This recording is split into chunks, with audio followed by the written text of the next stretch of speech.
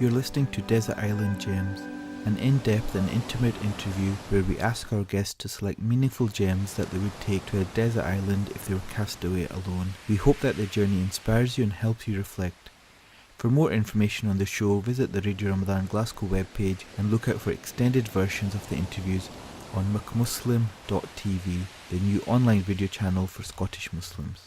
Our guest today is Osama Saeed, currently the Director of Communications for Amnesty International. Osama is an accomplished PR guru, having previously worked with Al Jazeera in Qatar to lead their global communications. He spearheaded the award-winning Free AJ Staff campaign to release jailed journalists in Egypt. Hailing from Bishopbriggs, Osama was one of the first Muslims to get involved with the SNP and also worked for its leader Alex Salmond, long before many people supported them. He also stood for Parliament in 2010. Osama became prominent in the anti-war protests following 9/11 and has since been described in the media as one of Scotland's top 100 thinkers and opinion formers, one of the country's brightest and best, and as one of Scotland's most influential Muslims. So Osama, welcome and assalamu alaikum. Alaikum salam. Now, you've lived and travelled away from Scotland for many years now. Do you still find it emotional whenever you leave?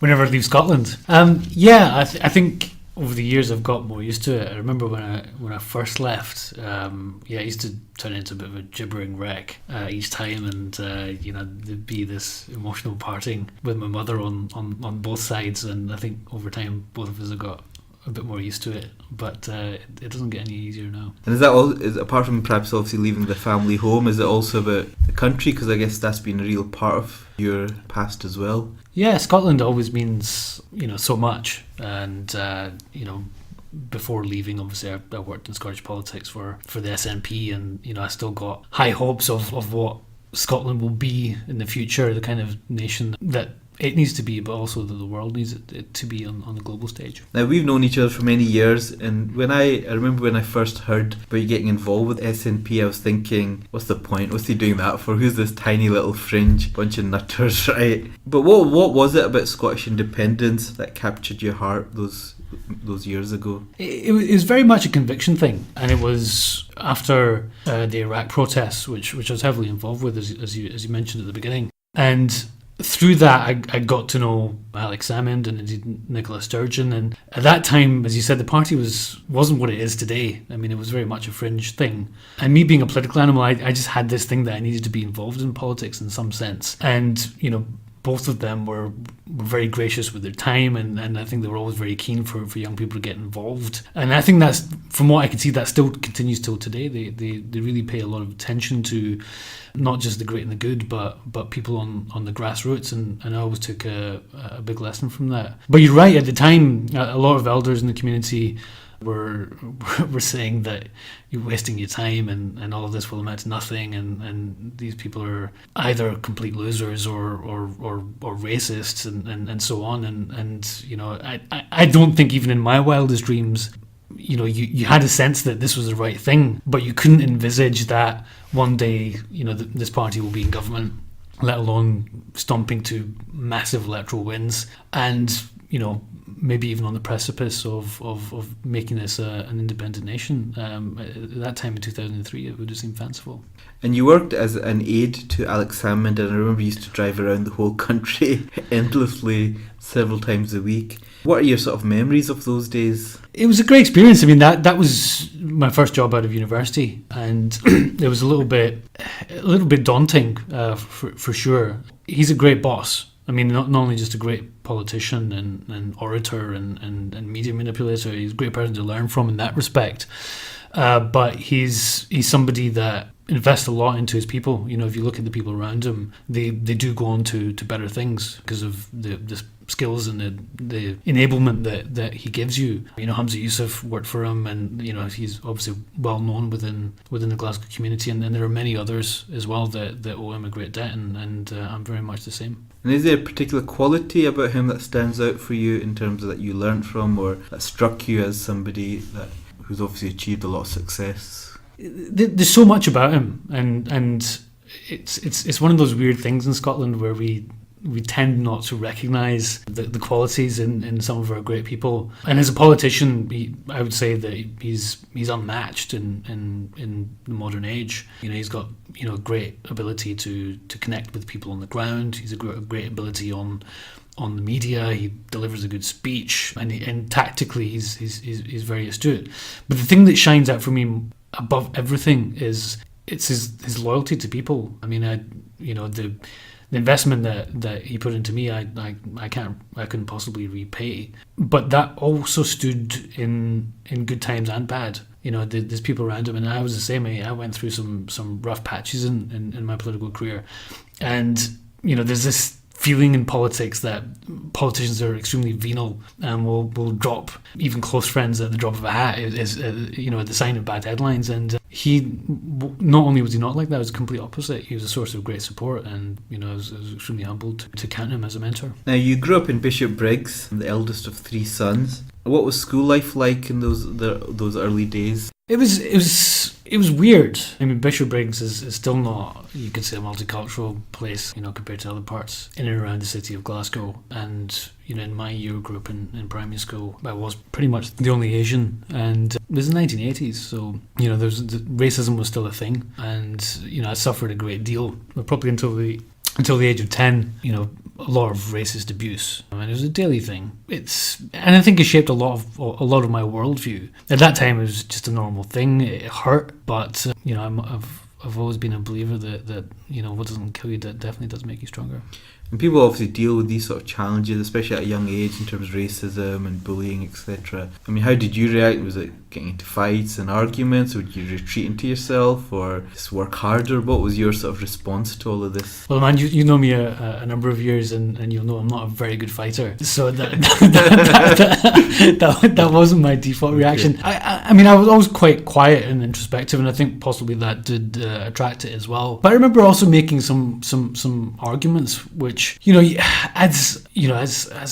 as a kid at that time, it was very confusing. And my father would tell me things such as, you're Scottish as anyone else, and don't let anyone tell you otherwise. And I remember trying to make those arguments when people would tell you you're Paki or wherever else. And I remember people at the time saying you couldn't possibly be Scottish. What on earth are you talking about? But that belief was there, and that comes from your parents, and they had always instilled that in there. And I think you just quietly live it. There's not much you could do about it. You tell teachers about it at that time, and it's weird to think back now, but nobody did anything about it. I remember my primary 4 teacher, I think it got into quite a bad episode in a wet playtime, and we were all cooped up in the class, and I think it got to some kind of altercation between a number of people, and the genesis of it was somebody was having a go at me, and the primary 4 teacher at the time just said, well, if someone says that to you, Osama, tell them sticks and stones may break my bones, but names will never hurt me. Things have changed a lot since then, hopefully, but yeah. And was there anything particular, was there a time why it stopped, or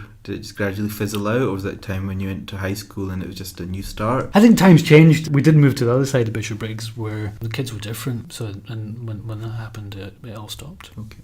So Osama, we're going to cast you away to this desert island. Tell us about the first item that you're going to take with you. So it's following on from that, and it's the ayah from Surah Hujurat. O mankind, we created you from a single pair of male and female, and made you into nations and tribes so that you may know each other, not that you may despise each other. Verily, the most honoured of you in the sight of Allah is he who is the most righteous of you.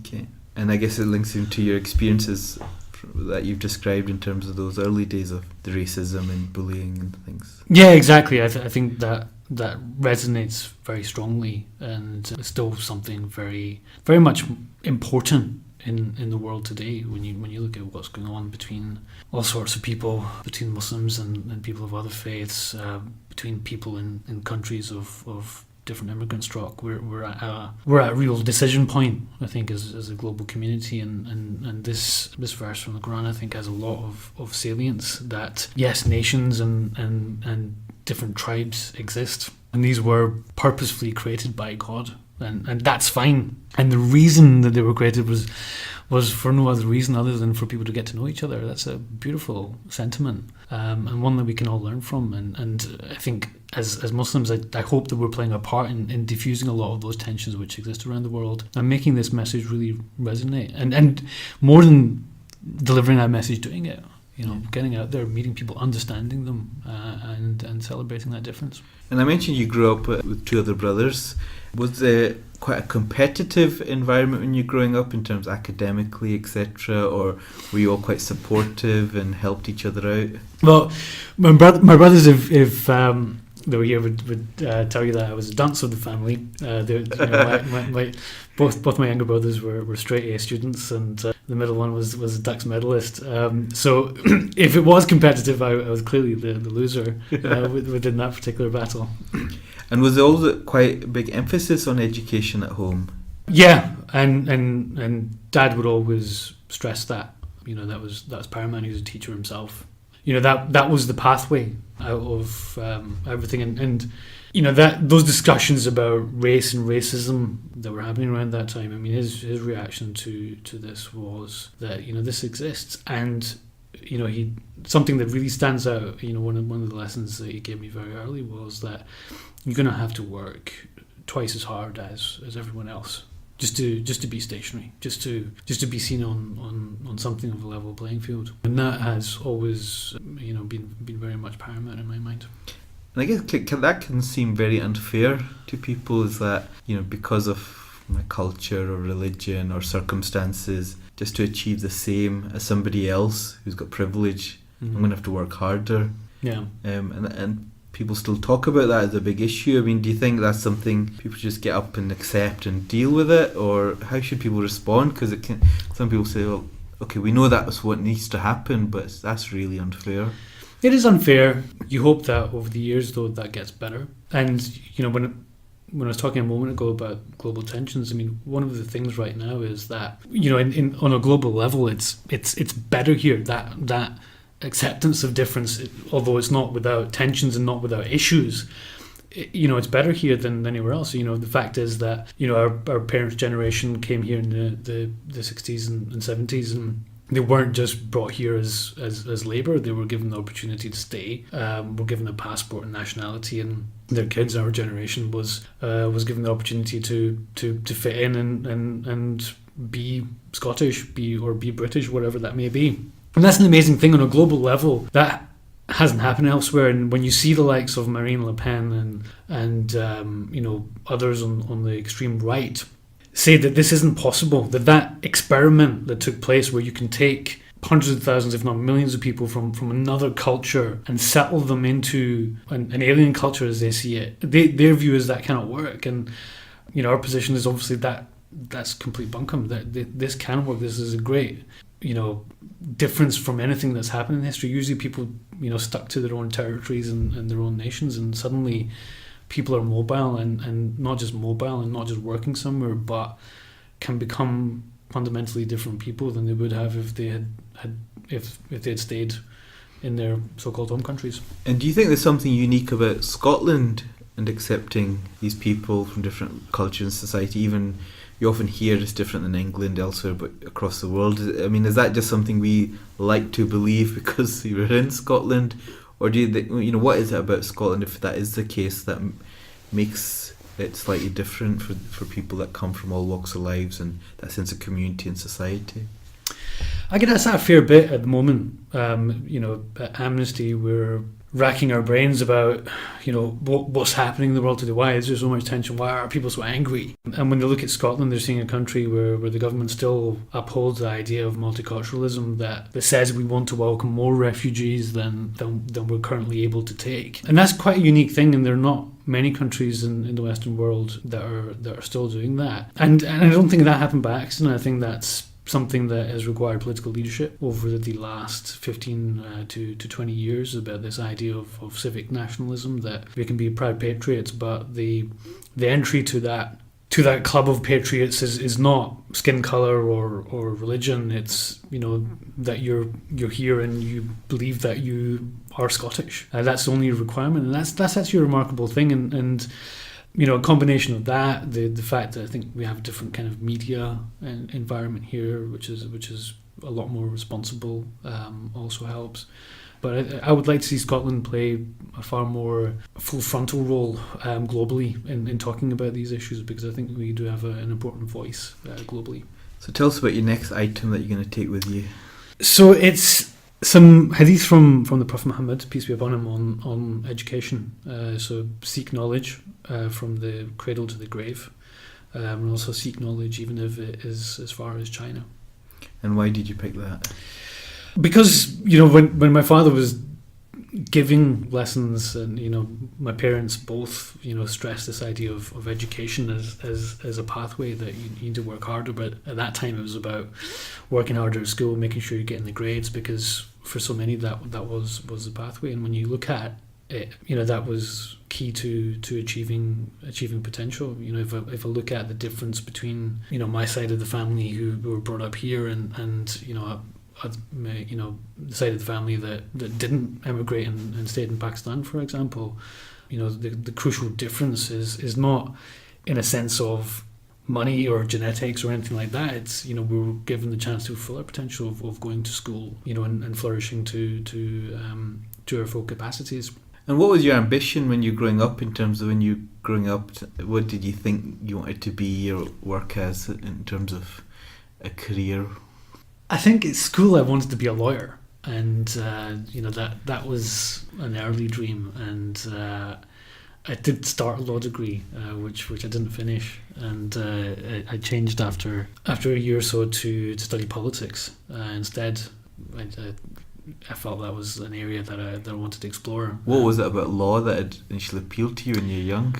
It was actually the television series Murder One. I was just a huge fan of the courtroom scenes. You thought you'd be the shouting barrister or something. It was exactly. The drama. Movies like A Few Good Men and so on. Yeah, it was those kind of drama scenes. I always loved a good courtroom scene. You couldn't beat it. But I think when I started to study law, it was quite a bit different. I was actually in the same year of law school as Amar Anwar. Okay. We both started first year law together. So I think he did create that drama, but I don't think many would have the same abilities to do so. But maybe there's that sense of establishing justice or fighting for the underdog, maybe even from those early days. That obviously, full circle at the moment with amnesty. Probably that's the core of what you do and you advocate for. Yeah, maybe. I think that may well have been there as well. Okay. So you went on to university. So you mentioned you started with law, then you changed to politics. And around that time, I remember you started this blog. I think that might have been just after you finished uni, called Rolled Up Trousers. And perhaps one of the early generation of people, Muslims certainly occupying that digital sphere, and writing and getting that thought out, around that time. I mean, how did that whole idea come about? Where did the name come from, and what was the thinking behind Rolled Up Trousers? Well, I was put onto blogging. I think that was around 2005 by a friend of mine called Sahib, who now lives in Birmingham. He said there's this new thing and you should do it. I don't know why he particularly thought I should be doing it, but I tried it out and it was great, because it was a great, and people still to this day still come up to me and say they used to read my blog, which is incredibly humbling, and asking me to do it again. At that time I was mainly blogging around Muslim issues. It was post 7/7. I think daily headlines, and still are daily headlines. So normally I'd be taking them apart and parsing some of the stories that were written and writing responses to them. But I think the biggest thing for me actually was it really honed my analytical ability and writing, because it was a daily blog. I'd be posting 2 or 3 times every day at its peak, and a lot of those skills I took forward into my formal career. But it stopped, I think, really after Twitter came on board. This is pre-Twitter, and a lot of that energy that existed in the blogosphere, because you'd have a lot of energy from other bloggers, and there was others at the time as well. I remember, the prominent Muslim blogger was Shalina Jan Muhammad, the author and advertising executive now. So there's a lot of talent in that space, but around about 2008, I think we all just moved on to Twitter and became something else entirely. And had you been somebody that always enjoyed writing, and did you find that quite an enjoyable process? Was that something you had to really, struggle and get into really to get that out there, to write the blogs? No, I think I always enjoyed it, and there would be short responses to things. I mean, still to this day. I mean, for example, I'm in awe of anyone that can write a book. I don't think I would ever do something like that. I mean, normally my missives are a page, so it's a press release or a blog or something like that, and you can quite creatively and succinctly create a good argument in that space. But it's power. I mean, I would encourage. I mean, this is a big weakness amongst the Muslim community, is that we have a lot of very intelligent and smart and capable people, but it's a common adage that a lot of Muslims do well at school, but you'll typically see them getting 4 A's and a D in their hires, and you can always guess what that D is going to be in. In English. It's going to be in English. But we've got to improve, because the challenges I think the community faces in explaining itself, a lot of that will be found in the nuance of language and the power of arguments. And if you're not able to write, and I would encourage all young people listening to this, hone those skills, and they can be built. It's not innate. It takes practice, and anyone can do it. So you went on from university. Tell us a bit about your next item that you've chosen.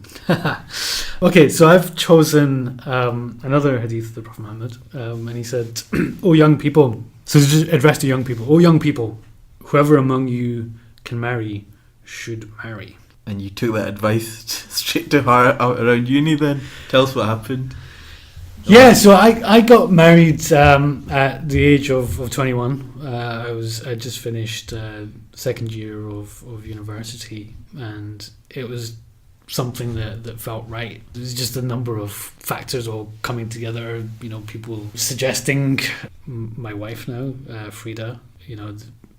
My mother had met her as well, and there just seemed to be it just felt right. And I look at it now, and people are still shocked that you got married at university. You got married at the age of 21.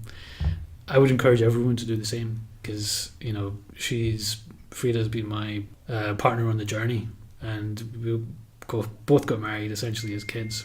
And what that means is we grew up together. And did you face certain challenges, or was it difficult around that time? Yeah, it was. We're not rich people, so there was a thing of how you make ends meet, how you keep the house going. Adam, our first kid, was born a few years later. I was 24, and yeah, it's there was times, particularly in our 20s, where you don't have 2 pennies to rub together, and you're wondering how you're going to pay next month's bills and so on. But that really forges the relationship, because together you're making it work, and you built it together. So alhamdulillah, we're a lot more comfortable these days. But that's a journey we both took together, and I think it makes it all the more special. And what would you say to people that say, look, actually there's probably advantage in waiting a little bit, finish uni, get your career started, maybe travel a bit, do stuff before you got a wife and kids that are distracting you. You'll be with them for for decades, because that seems to be the norm or the cultural expectation, isn't it? So what would you say to those that say actually getting married too young seems quite constrictive or almost claustrophobic? You're tied down at such a young age. I'm not knocking that. I mean, I think there's wisdom in that, and I sometimes do look at 21-year-olds now and think, God, I was married at that age. I mean,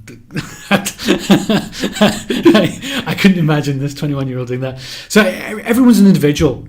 But having said that, the advantage of it was that we essentially were still kids, and we were not formed as individuals with hard and fast opinions about things or the ways that we do things. So there was a flexibility there, and we grew into each other, as it were. And I think that was the advantage of it. And I think a lot of marriages, you're seeing a breakdown of a lot of marriages these days, and I think a lot of that is to do with, once you're older, you are set in your ways and trying joined together with somebody else who you don't have that commonality with can be tougher, and I think there's definite advantages to doing it earlier in life rather than later.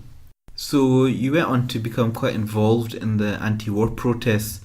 Obviously, part of that was the fallout of the 9/11 attacks. Thinking back, people say that they remember when they first heard about the 9/11 attacks. Did you realise at the time the magnitude of what had just happened and the effect it would have for years and decades to come? No, we hadn't seen anything like that, so it's hard to really look at things in such a long-term way. I'm sure that people with a lot more, who are a bit older and had a bit more experience, would see how that would continue to ripple in the years to come and right up till the present day. But yeah, we all remember where we were. It's one of those moments. Tell us about your next item, Osama. So this is passage from the Declaration of Arbroath from 1320, and it reads, "It is in truth not for glory, nor riches, nor honours that we are fighting, but for freedom, and for that alone which no honest man gives up, but with life itself." Tell us a bit about why that quote is important to you. Well, it's incredibly inspiring, and it summarises a number of things for me. I mean, one, the Declaration of Arbroath was a declaration of nationhood by Scots in the 14th century. So it as a Scottish nationalist, it's a foundational document, and it's also a document which is said to have inspired a lot in the Western world. But it's said that American revolutionaries and were inspired by it when it came to their Declaration of Independence. But more than that, it's the idea that's contained within there, and that idea of freedom, which carries on in me. I think it's probably the idea that I hold above all when it comes to global politics, and in particular within the Muslim world. When I walked into Al Jazeera in 2011, it was January the 25th, 2011, which for those who follow the Middle East will know that's a very resonant date, because that was the day that the Egyptian revolution began in what became termed as Arab Spring. That was your first day? That was my first day at work.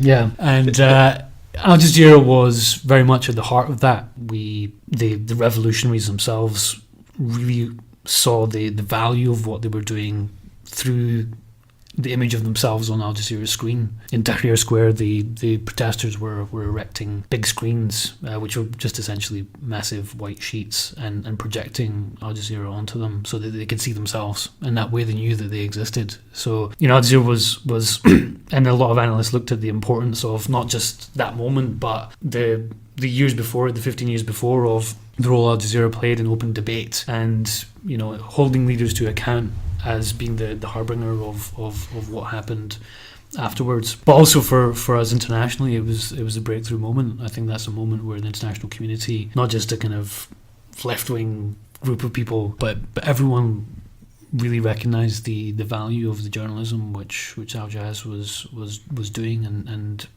people tuned in their millions. And give us the flavour. What were those first few weeks and months like of that Arab Spring? 'Cause that must have just consumed your whole life. I guess you're getting used to a new country, but then one of the biggest things in a generation's going on. I mean, was it long hours, little sleep, a lot of travelling? What was it? Give us a flavour of what life was like around that time. Well, it was amazing, because everyone was excited, and we're all doing long nights and all the rest of it, and it was easy, because you had this feeling that the world was being remade. The possibilities were endless. A new politics was emerging in the Middle East, and it was led by the people, and the tyrants were going to be defeated, and something very special could emerge from all of this. So Al Jaz was a hub for so much of it. We had world leaders jetting in, foreign ministers, trying to get a handle on what was going on, because it caught everybody by surprise. No one had expected what was happening in Egypt and Libya and other parts of the region, and they were trying to understand what was going on. And Al Jaz's journalists and the Director General at the time had a particular insight into all of this, which was unique, and which people wanted to access. But more than that, Al Jaz was also a hub for the activists of the region. We were hosting conferences, and young revolutionaries were coming and exchanging ideas. and ideals and their dreams, and it was an incredibly special place to be. And so people talk a lot about media and whether it's biased and there's a wider conspiracy theory. I mean, around that time, was Al Jazeera just reflecting what was going on, or do you think Al Jazeera was steering and guiding things in a certain direction that if you felt it had to go? It was the only outlet for that type of politics, and that's why it became important. Because if all the other media in the region were also fulfilling their obligations, then Al Jazeera is less special. But the fact is that all the other media, and in fact I would put the Western media in this respect as well, because they couldn't see past the Mubaraks and the Gaddafis of the world. That was Middle East politics, and that's how you reported the events of the region. So Al Jazeera was always closer to the street. So even before the events that took place, and that's why there's this natural gravitation for Al Jazeera as the hub for that kind of conversation. And all really Al Jazeera was doing was reporting all sides of it. So what would you say to those people that some people have a perception that media, whether it's print or broadcast or radio, is a neutral platform? I mean, inherently, is every media, whether we're talking CNN, BBC, Al Jazeera, does everyone have an angle? Everyone have a take? Is it through their eyes? So do we just need to accept that every media will have a bias, and that's just inherent? And as long as we can see that, then or should we be aspiring to this idea that there's only one truth, and that's what we need to expect from the media?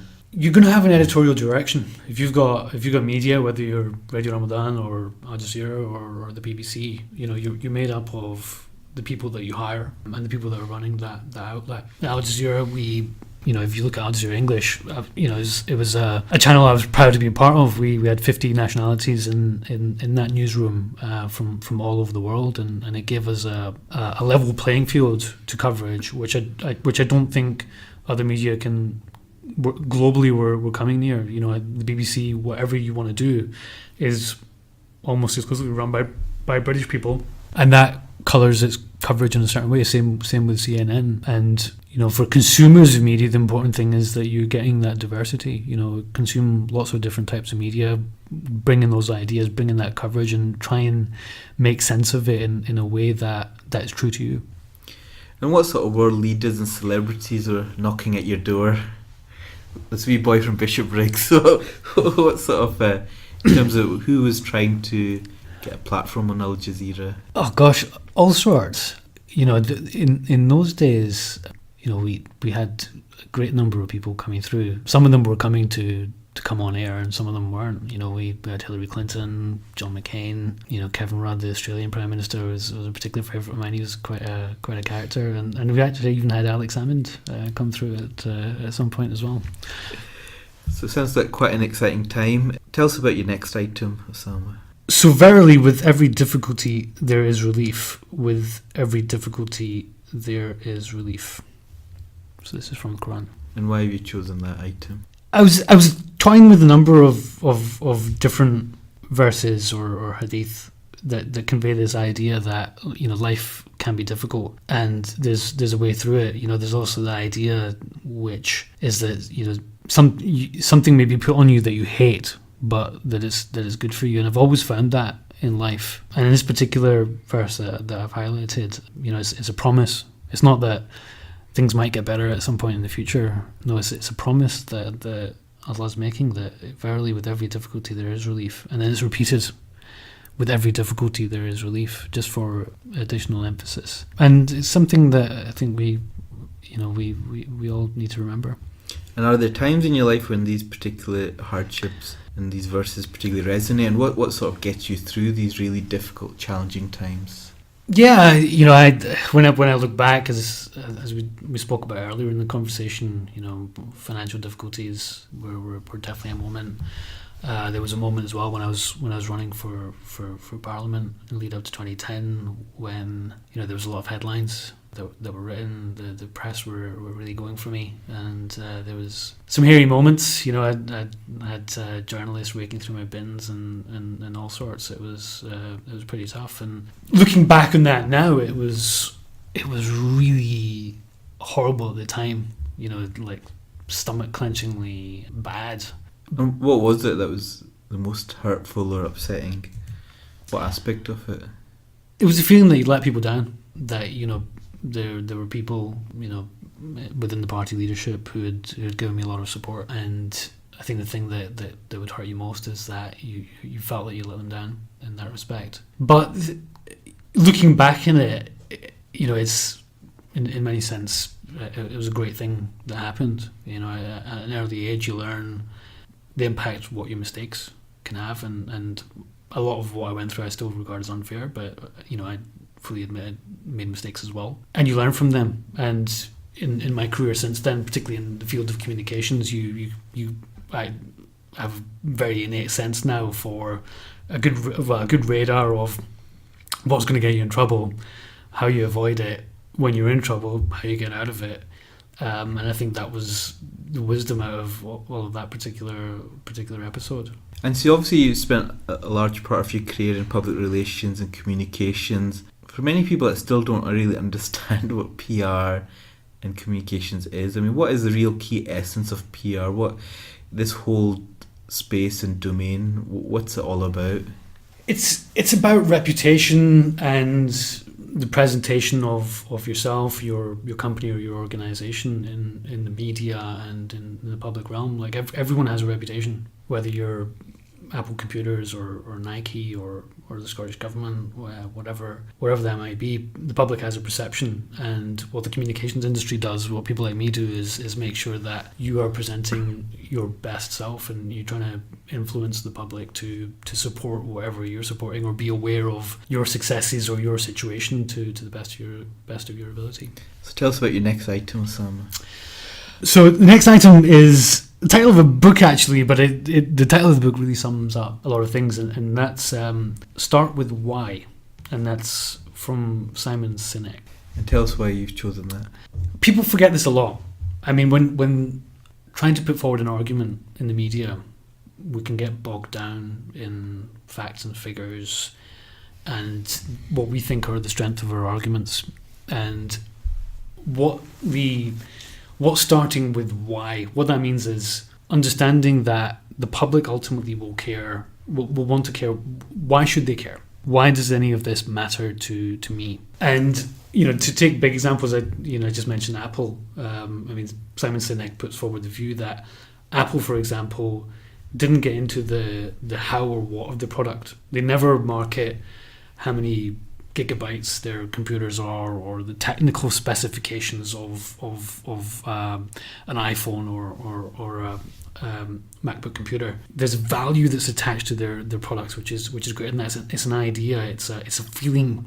It's a kind of feeling of rebelliousness, and it's the same with many products. Nike as never talk about the tech specs of their trainers. People don't ever mention how much the trainer weighs or anything like that. I think Nike do pride themselves on that, but they never talk about it. They have a simple feeling of just do it, and what that tries to do is instill a feeling into the users or potential users of their products, which transcends the actual value of their product and actually puts a feeling into people's hearts. And I often get asked the question, when I'm at the mosque, okay, what are we going to do on the issue of Islamophobia and how the Muslim community is perceived? And I think the community needs to answer this why question. Why should anyone care about Muslims? What's the proposition here? Because it's not going to be sufficient to, if there is a narrative around terrorism and violence, to try and myth bust. Myth busting really never works, because all it does is reinforce the frame. You just look defensive. So there's going to have to be some other idea or ideal that is put forward. And there are things within society that Islam has credible positions on. And their spirituality is a big one. People are looking for something more meaningful in their lives. You don't hear Muslims really putting forward a strong case, and there's this rich spiritual philosophy that we could be engaging with society. There's people looking for economic solutions on another realm as well, and the Muslim community has a lot to say about finance and the way that finance can be better for society. which you never hear Muslims talking about. Or, as I said before, the freedom narrative. I think this is incredibly important. We're perceived as people who are backward, who repress women, who chop off hands. Whereas the reality is that, when we look back at the history of Islam, we do like to talk about things like the inventions and the giant leaps forward in mathematics and science that took place 500-600 years ago. But what we don't seem to talk about is that all came from a fertile terrain of not just education, but of freedom, that allowing people to explore, allowing people to discuss. And the reality is that, most of the Muslim world has now become a cesspit of not just corruption, despotism, where you can't imagine this kind of thing happening. And until we get back to that idea where Islam is intrinsically attached to this idea of freedom, the Muslim world, you struggle to see it moving forward. So in a sense, do you think almost Muslims need to have a PR strategy and almost need to employ because why are we so bad at this in terms of, is it just we think this will all come naturally and it'll just, it's other people's problem, they have to see it, and it's not our problem in terms of how we present Islam? I'm just thinking, because we are so often so poor at showing what Islam is really about. Yeah, I hope that the Muslim community will get better. It needs to get better at this. But there aren't a lot of people within the community engaged in this kind of work. And those who are engaged in this kind of work, although they have very noble intentions, I think too often it ends up responding to the narrative. So, that newspaper's printed this thing, we must deluge them with complaints, or that politician's been really idiotic, we need to hammer them. Whereas the challenge is around shaping of the message and the narrative. And that's where the power is. And the reason that I think many Muslims feel frustrated is that message narrative is overwhelmingly negative towards the community. But there needs to be something emerging, and part of it is a lack of centralised function. But I think a number of people could get organised in this way and do some very, very clever work in changing a lot of the narrative here. And I guess some sections of the community that advocate almost a victim mentality, the Islamophobia, we're victims, we're getting demonised, we're getting attacked from all corners and seeing ourselves as that victim. Is that a healthy response, or do you think actually that's quite a destructive sort of response? Will that get you far? I think it is destructive. Even if you look at the example of the Prophet Muhammad, peace be upon him, he was a man who could legitimately say he suffered from Islamophobia. He tried to practice his religion for 13 years in his hometown of Mecca and was expelled, essentially. But when he was expelled, what he didn't do was complain bitterly about it and go around all the tribes of the regions, complaining about being thrown out of his city and Islamophobia. No, the message was one of light and hope and humanity, about the emancipation of people and realizing everyone's potential. That's what made him successful, because he was a visionary. And Muslims these days have to be similarly visionary and look for the wider benefit for society and how they can contribute to making that happen. And while you're working in terms of the communication side at Al Jazeera, you're involved in this award-winning campaign called #FreeAJStaff. For people that aren't forgotten or not familiar, tell us a bit about what that was all about and why was it so popular and why did it win awards? Well, after the counter-revolution, I guess, was successful in Egypt in 2013, Al Jazeera came under a lot of pressure from the Egyptian authorities. We continued to report from the country, but in the end of 2013, 3 of Al Jazeera English journalists were arrested by the authorities and put into jail. Now, being a journalist in the Middle East, that's an occupational hazard, but what we were not expecting was that in the end, it wasn't just in the matter of hours that these men, Peter, Bahir and Mohammed, were arrested for. Those hours turned into days and then weeks and months, and eventually they're all imprisoned for more than a year. I was given the task of coordinating our response to that, and what emerged was a massive global reaction from the grassroots to fellow professionals, rival media outlets, rallying to our cause and saying that this was completely unacceptable. The hashtag was trending for much of that time. There was regular media coverage. I mean, it was what's been described as the largest campaign for press freedom that there ever has been. And eventually, I think we were all delighted we eventually did get them home. And do you know if the campaign had anything to do with securing their freedom? It's impossible to know. I think it's a fair guess, though. If no one had done anything, they'd probably still be rotting in prison. And I think what gave us all real heart was the regular messages that were being smuggled out from prison from the three of them, which thanked everyone for what they were doing and kept saying that the campaign was what was keeping them going.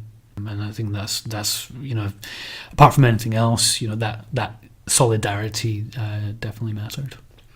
Tell us about your next item, Osama. So I've got another verse from Surah Hujurat. So we started this with a verse on racism, and this was, I think, is the next verse on from that, which is, "O you who believe, avoid suspicion as much as possible, for suspicion in some cases is a sin, and spy not on each other, nor speak ill of each other behind their backs.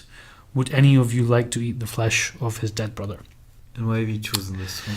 I think there's a lot in there. I mean, as an aside, I'll say that there's quite an important thing about spying, which is something that's going around writ large by governments across the world, whether in Muslim countries or here in the West. This is very much a in vogue topic about how much information governments collect about their citizens, and you've got a clear verse from the Quran which says that we should not be spying on each other. But the thing I wanted to really highlight here was speaking ill of each other behind their backs, and this is a massive bugbear of mine. And going on the previous point about one of the things that Islam could offer leadership on outside of the Muslim community itself is, I think this is a massive one, because the verse says something very important here, which is that, would any of you eat the flesh of your dead brother? And that's quite a vivid picture that's being painted.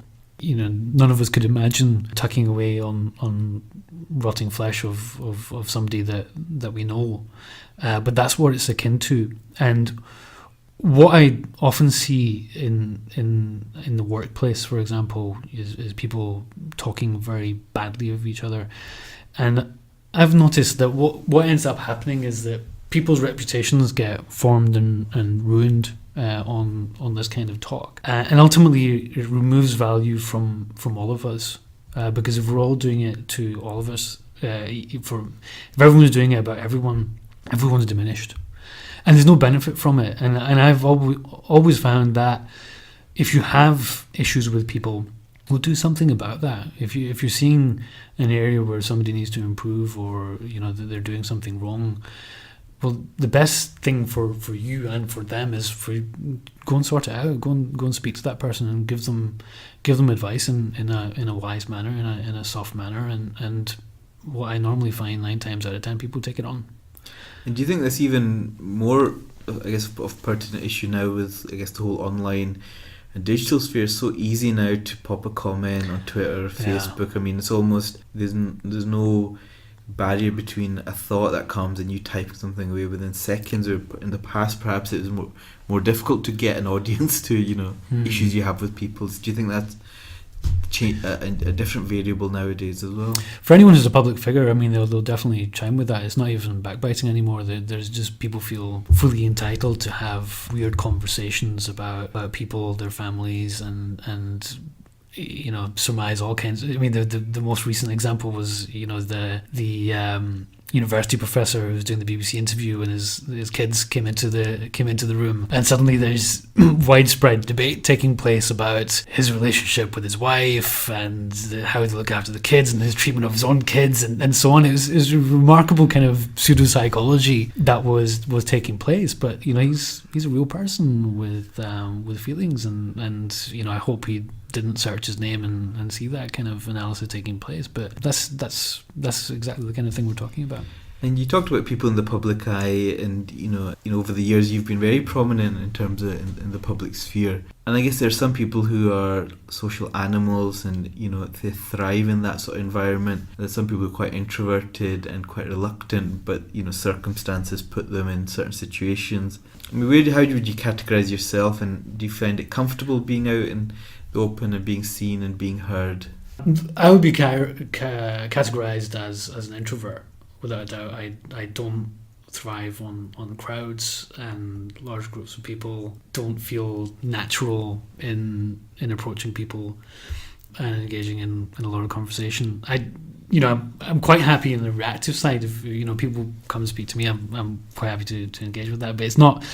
I don't find energy in it, and we live in a world which often is built around extroverts, and there's said to be an inbuilt advantage for them, but there's a lot of us who don't get that, and what is often perceived as, and I have been accused of this, particularly when I was running for office, is of a certain degree of arrogance, and not really feeling connection with people, and some of us find it harder. It's not a natural thing for me, but it's the exact opposite of arrogance. Actually, it's rooted in a completely different place.